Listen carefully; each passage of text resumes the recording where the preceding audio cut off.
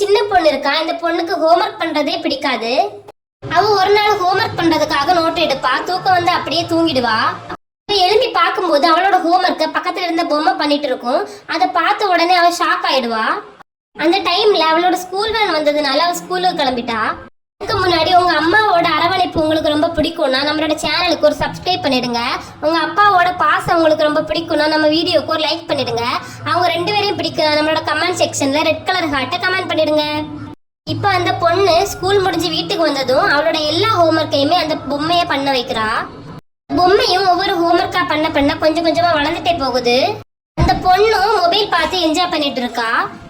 ஒரு நாள் இந்த பொண்ணு தூங்கிட்டு இருக்கும்போது அந்த பொம்மை இவளை வந்து எழுப்புது.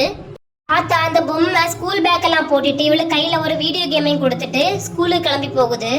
வீடியோ கேமை டச் பண்ண உடனே இந்த பொண்ணு ஒரு பொம்மையா மாறிட்டா. பொம்மையும் அவளை பார்த்து சிரிச்சுட்டே ஸ்கூலுக்கு கிளம்பிடுச்சு. இந்த கதையில இருந்து உங்களுக்கு என்ன புரியுதுன்னு கமெண்ட் பண்ணுங்க.